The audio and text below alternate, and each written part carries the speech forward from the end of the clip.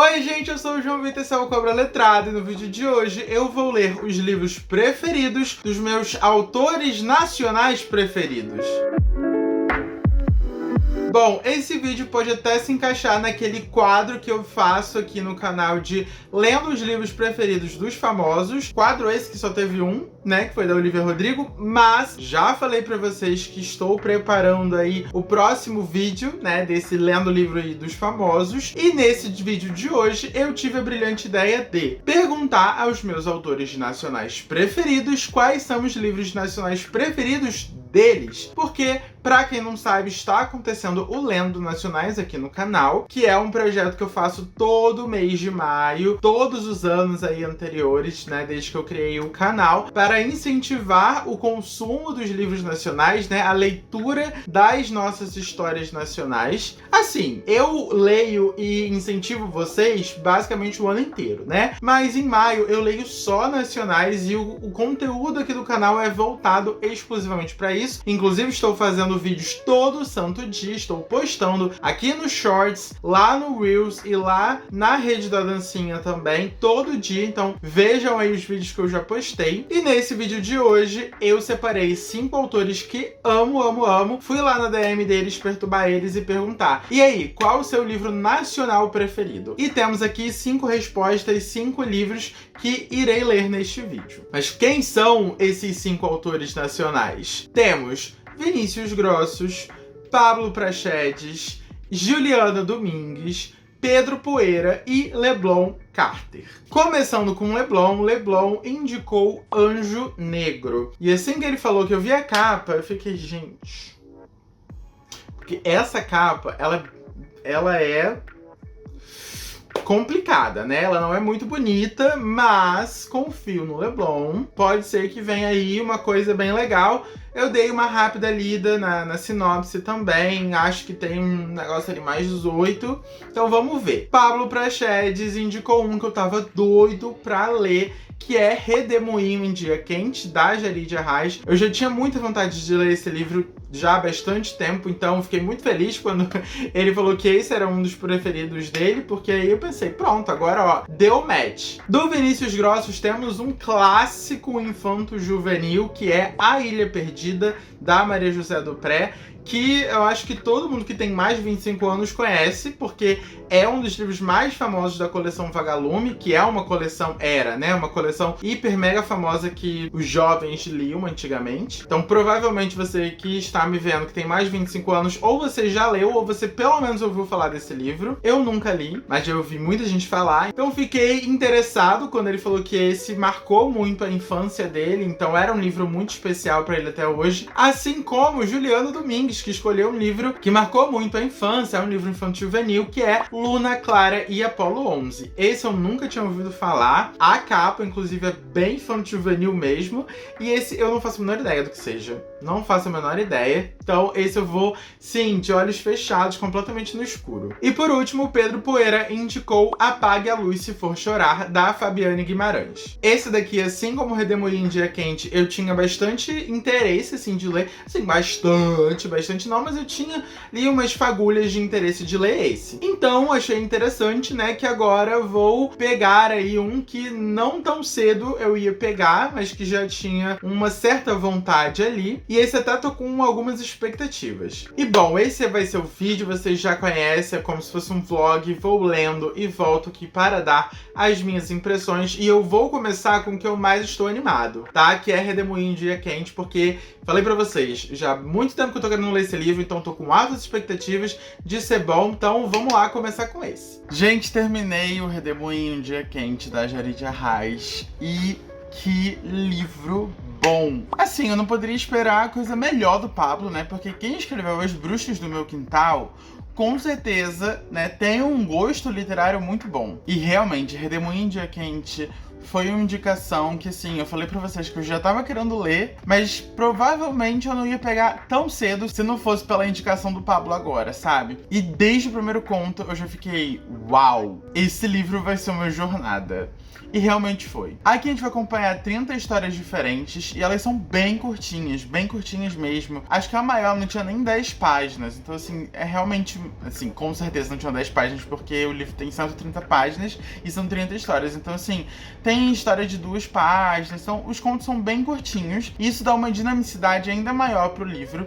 E eu até fiquei, assim, em várias partes, né, enquanto eu tava lendo, num dilema de, caraca, esse conto foi muito bom, então eu quero parar e digerir ele um pouco mais e refletir sobre ele, porque tem alguns contos aqui que abre essa reflexão, que abre vários pontos pra você pensar melhor pós a leitura, mas ao mesmo tempo eu tava tão imerso e entretido pela escrita da autora que eu tava querendo só ler mais e mais e mais, que eu tava pensando, caraca, se esse conto foi tão bom, o próximo com certeza vai ser até melhor, sabe? E essa foi uma surpresa muito grande pra mim, porque eu não sou muito de ler livros de contos. Eu adoro ler contos na Amazon, de autores independentes e tudo mais. Agora, livro de contos, eu não sou tão fã, porque sempre acontece de uns serem maravilhosos e outros não serem lá essas coisas.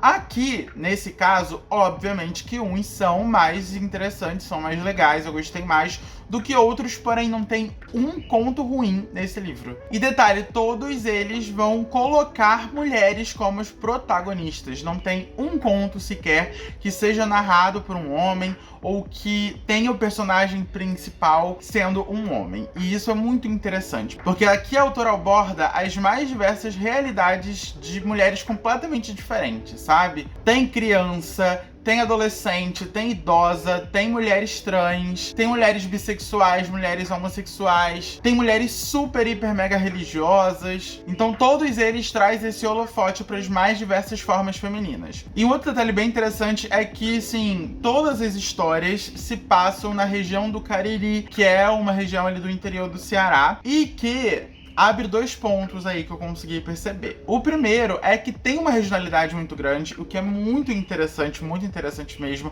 de você conhecer mais da região, do linguajar, que dá pra perceber muito em algumas histórias, e da realidade também, né, do interior do Ceará. Só que essa realidade, aí vem o segundo ponto, ela, ao mesmo tempo que é uma coisa bem regional, ela também pode ser interpretada de uma forma muito universal. Porque teve vários momentos aqui nas histórias que eu mesmo fiquei tipo, caraca, essa realidade poderia facilmente ser aqui do Rio de Janeiro ou do subúrbio de São Paulo, do interior do Rio Grande do Sul, sabe? Então, são histórias que ainda muito regionais podem ser vistas como universais. E isso eu achei muito interessante. A Jaridia Arraes, ela também é poetisa, e eu consegui ver muito disso durante as histórias, porque tem vários momentos que é bem poético, assim, a narrativa dela, a forma como ela escreve, como ela constrói as histórias, e é lindo de ser lido, lindo. E pra mim, esse é um livro que é tanto como uma denúncia, como também uma valorização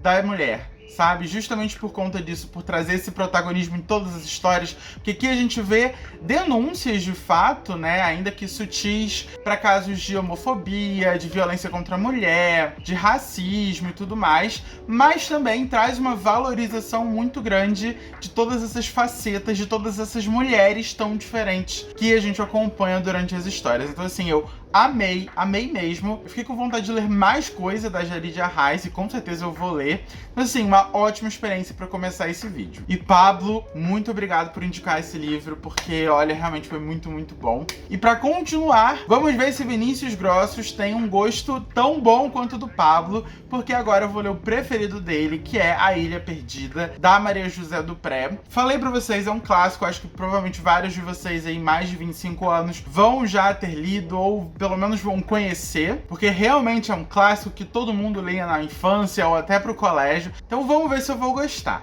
Bom, gente, terminei Ilha Perdida. Venho aqui nesse frio do Rio de Janeiro. Nem parece que estou morando no Rio de Janeiro, porque vocês sabem que o Rio de Janeiro é um inferno. Mas dessa vez tá frio, por incrível que pareça. E eu gostei. Só que enquanto eu tava falando, eu tava tipo, cara, se eu realmente tivesse lido esse livro quando eu era mais novo, né, que nem a grande maioria das pessoas, eu acho que a minha experiência teria sido 1000 vezes melhor. Porque, assim, é um livro legal, é um livro de aventura, e eu gosto muito de livros assim. Inclusive, acho que se tivesse uma adaptação, nossa, seria muito divertido. É o tipo de filme que eu gosto de assistir. Só que, como eu já sou mais velho, foi até uma história um pouco previsível, porque é uma moral bem previsível, mas não deixa de ser muito interessante e muito legal. Aqui a gente vai acompanhar a história de dois irmãos, o Henrique e o Eduardo, e quando eles vão pro interior, pra fazenda dos padrinhos deles, eles ficam completamente intrigados com a tal da Ilha Perdida, que é uma ilha que fica no meio do rio, que dá pra ver bem de longe mesmo,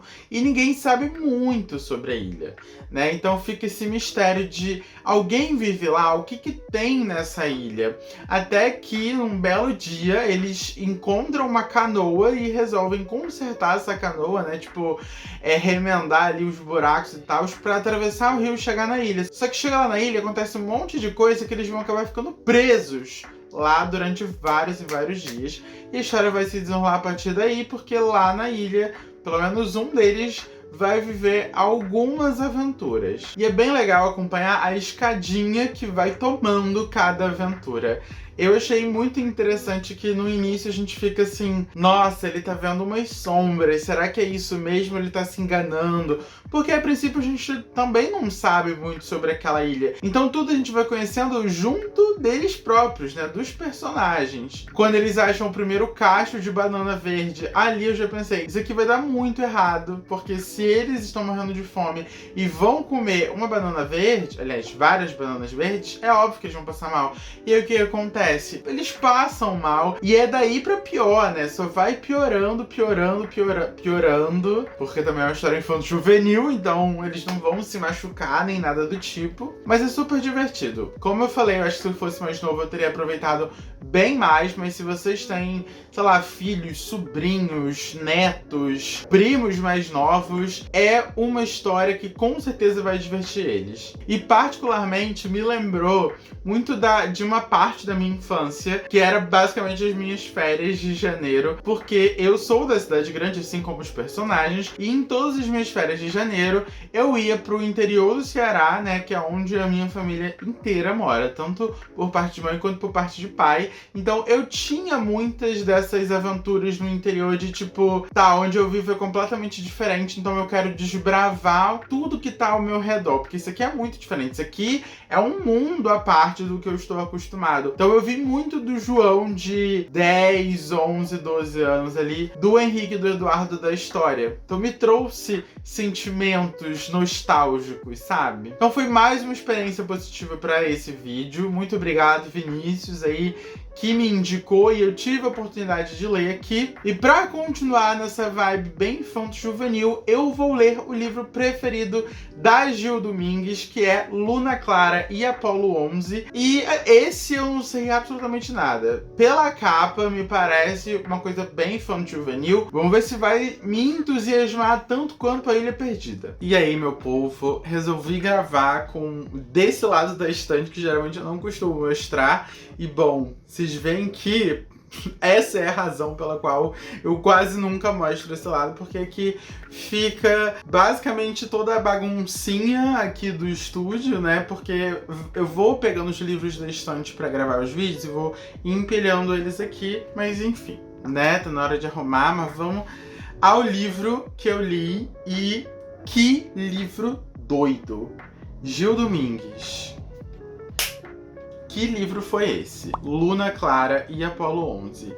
Porque é um livro infanto-juvenil, mas parecia que eu tava, assim, em outra dimensão. Parecia que eu tinha comido cogumelos mágicos e eu fui teletransportado para um outro planeta, porque eu achei esse livro muito louco. E já vou falando que não gostei.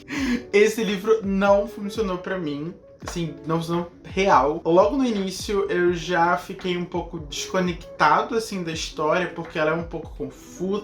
Na verdade não é nem confusa, porque é um livro infantil, mas é um livro que as coisas são muito desconexas, eu achei, sabe? São muito irreais. Mas tudo bem, porque é uma fantasia, é um livro muito fantasioso. Mas não foi um tipo de história que conseguiu me cativar. E se a história não consegue me cativar logo no início, é muito difícil de conseguir durante o resto da história, sabe? Foi isso que aconteceu. Quanto mais eu lia, mais eu ficava entediado com a história. Eu ficava, eu não aguento mais, não aguento mais. E foi assim, basicamente, até o final do livro. Teve algumas partes que eu achei bonitinha.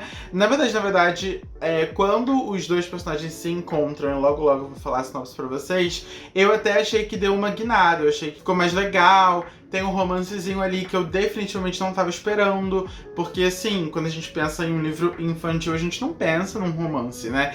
E logo o finalzinho tem muito disso e eu fiquei, caraca, não tava esperando isso aqui, mas acabei gostando dessa parte. Mas como eu falei, foi um livro bem entediante pra mim e bem uma nota só, que eu tava só contando os minutos pra acabar a leitura, sabe? Bom, aqui na história a gente vai acompanhar tanto a Luna Clara como o Apolo 11. A Luna Clara vive no Desatino, acho que é Desatino do Norte, que é uma cidade ali desse mundo onde eles vivem, e o Apolo 11 vive no Desatino do Sul. Eu tenho quase certeza que eu tô falando certo, mas posso estar errado, mas enfim. Alguma coisa parecida com o Desatino do Norte e uma coisa parecida com o Desatino do Sul. Luna Clara nunca conheceu o pai e ela tem muita vontade de conhecer, assim como ela tem muita vontade de conhecer a chuva, porque desde que ela nasceu que nunca mais choveu na cidade onde ela mora. Já o Apolo 11, ele vive numa cidade em que, sim, é festa desde que ele se entende por gente.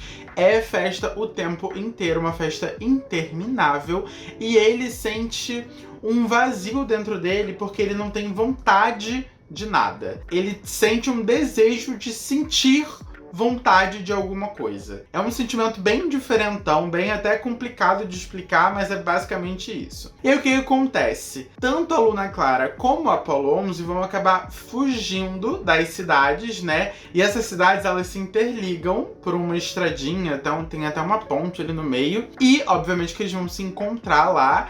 E a gente vai até acompanhar um pouquinho também da história dos pais da Luna Clara. E do porquê que, né, esse pai tá sumido durante tanto tempo. E a história vai se desenrolar a partir daí, mas como eu falei, não foi muito minha praia não. Eu fiquei até chocado, porque quando eu terminei, que eu fui dar minha nota no Scooby, eu vi que basicamente 90% das pessoas deram mais de 4,5, e a grande maioria deu 5, e eu fiquei, caraca, eu realmente fui muito fora da curva.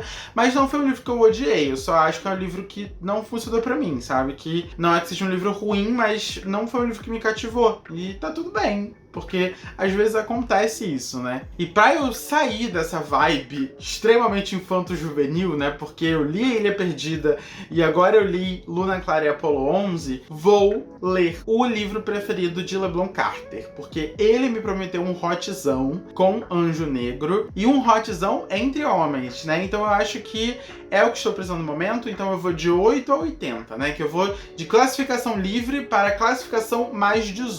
Gente, como leitor, LeBlanc Carter é um maravilhoso autor.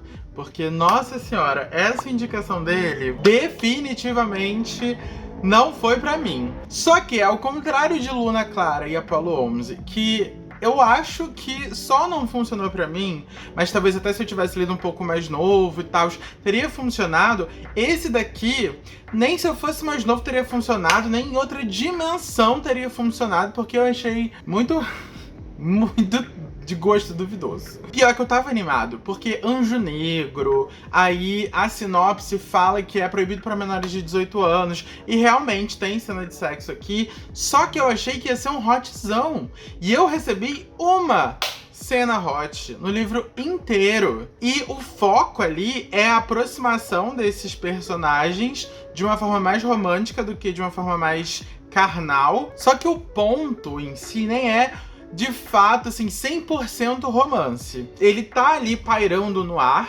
mas o foco é que o Kenan, que é o personagem principal, que é o tal Anjo Negro, é aquele bad boy super, hiper, mega clichê que a gente tá cansado de ver em qualquer narrativa de bad boy que trocou de cidade porque aconteceu algum problema muito grande na cidade anterior e não tá nem aí pra ninguém, e ri na cara das pessoas, e faz questão de implicar com qualquer pessoa que passe pela frente dele porque ele gosta, ele sente prazer em fazer isso.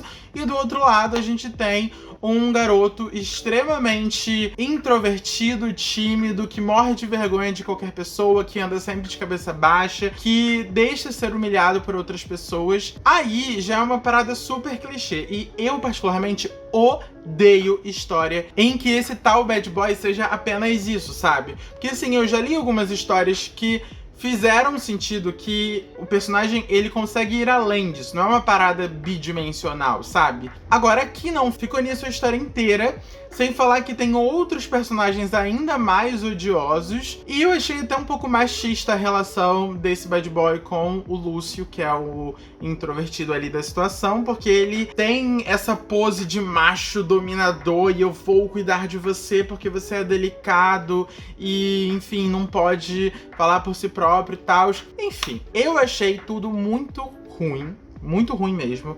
Eu tava... Toda vez que chegava algum elemento novo, eu ficava, gente, eu não tô lendo isso. Não é possível que eu esteja lendo isso, porque eu achei muito ruim. Realmente não foi pra mim, nem um pouco. Eu tava contando as horas pra acabar, e quando acabou eu fiquei... ainda bem. Teve a parte ali do Hot, né, mais pro final, que eu até achei legal. Mas aí depois tem meio que um plot twist no finalzinho do livro que eu fiquei... A gente vai mesmo fazer várias situações, vai descrever várias cenas bem problemáticas pra no final a gente querer colocar ali um negócio pró-direitos humanos, sabe? Uma parada mais politicamente correta. Achei... Nossa, não. Eu não consegui comprar o personagem principal, esse tal aí de Anjo Negro. Fora que a caracterização dele é muito ruim também. Muito ruim. É muito cafona, sabe? Então, olha, amigo Leblon, me indique livros melhores da próxima vez, por favor. E pra terminar o vídeo, eu vou ler o preferido do queridíssimo Pedro Poeira. Estou com altas expectativas desse, né? Porque eu ia ler um outro livro que ele tinha escolhido, que era Amor Plus Size, da Larissa Siriani. Porém, é um livro muito grande, eu preciso terminar esse vídeo com urgência, porque, enfim, eu tenho outros compromissos aí na vida. Aí eu pedi pra ele escolher um outro livro preferido, que foi Apague a Luz Se For Chorar, da Fabiane Guimarães. Não sei se vai dar pra ver, mas aí eu coloco a capa aqui também pra vocês verem colorida. É um livro que eu tinha interesse de ler, algum interesse, mas nunca era muita prioridade também, mas eu sempre ouvi várias pessoas falarem muito bem. E Pedro Poeira me falou que ele até hoje fica pensando no final desse livro. Então eu já vou começar a ler pensando que o final deve ser uma parada que vai me deixar refletindo durante tempos e tempos e tempos. Então eu já vou com altas expectativas. Não sei se isso é bom ou se é ruim, mas eu realmente espero que seja bom para eu terminar esse vídeo tão bem quanto eu comecei. Gente, tô muito chocado, muito chocado. Eu terminei esse livro muito rápido. Eu acho que eu li ele em, sei lá, 2 horas e meia, 3 horas. Foi muito rápido. Apague a Luz Se For Chorar, de Fabiane Guimarães. Adorei. Continuamos com o melhor livro desse vídeo, sendo Redemoinho em Dia Quente, de Jarid Arraes. Lá do início do vídeo, realmente foi o melhor, mas esse aqui não fica muito pra trás. Não fica mesmo. Eu fui a cada página me surpreendendo mais e mais. Porque falei pra vocês no take anterior que tava ali com uma certa expectativa alta. Só que assim que eu peguei, eu fiquei, tá, é uma história relativamente simples, ainda que logo de cara me trouxe alguns sentimentos, porque a gente vai ver bastante sobre o luto. E eu li um livro recentemente, que é Um Verão Italiano, até fiz vídeo aqui recentemente também sobre livros que abordam essa temática do luto. E desde que eu li Um Verão Italiano, que eu tenho pensado muito sobre isso e que eu tenho ficado muito sentimental, muito emotivo lendo coisas do gênero, sabe? Então, assim que começou, eu fiquei, ok, A cena inicial foi pesada, já tava ali esperando uma carga emocional muito grande. Só que aí logo depois, até conheci o outro ponto de vista da história, porque são 2 pontos de vista, o da Cecília e o do João, e por enquanto eu tava só no da Cecília. E aí quando chegou no do João, as coisas começaram a ficar um pouco mais corriqueiras, sabe? Uma coisa mais do dia a dia. E aí eu fiquei, pra onde que esse livro tá me levando? Só que ao mesmo tempo, os capítulos são bem curtinhos mesmo. Então é muito fácil de você prosseguir com a leitura. E a escrita é muito boa, sabe? Eu tava realmente intrigado de tipo, primeiro, pra onde que a história tá me levando, né? Segundo, qual a relação entre esses 2 pontos de vista? Porque até então, né, pelo menos no primeiro momento, a única coisa que é relacionável entre os 2 personagens é que ambos são médicos veterinários. De resto, não tem nenhuma semelhança entre as histórias, não tem nenhum ponto de interligação. Só que de alguma forma eu tava sendo envolvido, ainda que a história fosse simplesinha. Aí foi passando, e eu comecei a ficar muito reflexivo, mais por conta da história da Cecília do que do João, porque teve esse negócio de que ela perdeu os pais. Inclusive, nem falei pra vocês do que se trata essa história, né? Vou aqui abrir o parênteses pra contar. Aqui a gente vai acompanhar a história da Cecília e do João. A Cecília acabou de perder os 2 pais, a mãe e o pai dela faleceram. E ela vai ter que ir pra cidade dos pais, que é no interior de Goiás, ir no velório e, enfim, revisitar a casa dos pais e tudo mais. Já o João tem um filho que tem paralisia cerebral e ele é até um pai solo. A mãe do menino abandonou tanto o pai como o filho há muito tempo, desde quando o menino ainda era um bebê. E ele tá tentando juntar dinheiro para conseguir levar esse filho pra China, que lá é onde tem o tratamento mais adequado para conseguir curar o filho. Só que ele tá assim na miséria, ele tá realmente muito mal das pernas em relação a dinheiro, né? E ele vai descobrir, aliás, uma forma bem peculiar de ganhar dinheiro. E eu tava achando até um pouco bobo, assim, sabe, essa história. Porém, tava muito envolvido com a história de Cecília, porque apesar de até cair um pouco ali na simplicidade, como eu tô falando, ainda tinha toda aquela emoção, aqueles sentimentos de caraca, acabei de perder meus pais e não queria ter acontecido isso, queria que eles fossem imortais. E eu tenho cada vez mais sentido esses sentimentos, sabe? Na minha vida pessoal. Então eu tava muito ligado ali com a Cecília emotivamente. Até que coisas acontecem e chega o final. Falei pra vocês no take anterior que Pedro Poeira me disse que até hoje ele fica pensando no final. E meus amores, que final! Eu acho que esse livro, ele é realmente uma construção bem lenta, mas que vale muito a pena quando você chega no final e você vê o resultado dessa construção, sabe? Cada tijolinho que a autora vai colocando pra chegar no final ser uma casa belíssima. Porque as emoções que a autora evoca no final, com uma certa carta que tem, com a descoberta que a gente faz, com o plot da história, é sensacional, é realmente muito tocante, é emocionante demais e me atingiu bem lá no fundo. Esse é um livro que eu vou ficar também refletindo e pensando sobre durante muito tempo, bem depois que eu já terminei o livro, porque me impactou, de verdade. É bem parecido com o Verão Italiano, ainda que eles tenham aí suas peculiaridades, suas diferenças entre si, mas, assim, vale muito a pena o caminho pra você chegar nesse final, sabe? Vale muito a pena. Eu fiquei muito surpreso, porque eu tava achando que seria um livro bom, mas não excelente. E aí chegou ali no final, em que tudo se encaixou e eu fiquei, caraca, não, esse livro é muito bom. Então, leiam Apague a Luz Se For Chorar, porque tem um selo Cobra Letrada de qualidade. E é com isso que encerro o vídeo de hoje. Espero que vocês tenham gostado. Se você chegou até aqui, se inscreva no canal, deixa seu joinha aí embaixo. Me segue nas redes sociais, @CobraLetrada em todas elas. Se você tivesse interessado por qualquer dos livros que eu falei aqui no vídeo, compre com o meu link aí na Amazon ou qualquer outra coisa que você ajuda muito o canal. Sigam os autores que eu mencionei aqui lá nas redes sociais também: Pedro Poeira, Leblon Carter, Vinícius Grossos, Juliana Domingues e Pablo Prachedes. Eles são maravilhosos. E a gente se vê no próximo vídeo. Tchau!